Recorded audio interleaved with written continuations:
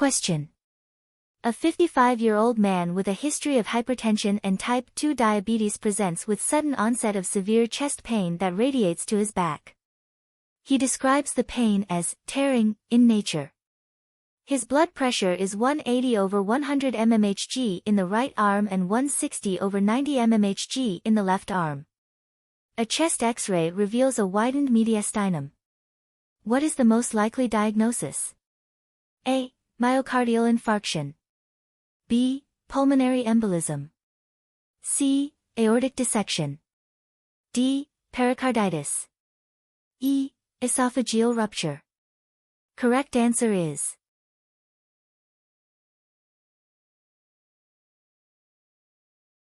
C. Aortic dissection. The patient presents with severe, tearing chest pain radiating to the back, blood pressure discrepancy between arms, and a widened mediastinum, which are classic features of aortic dissection. Aortic dissection occurs due to a tear in the intimal layer of the aorta, often associated with hypertension and connective tissue disorders like Marfan syndrome.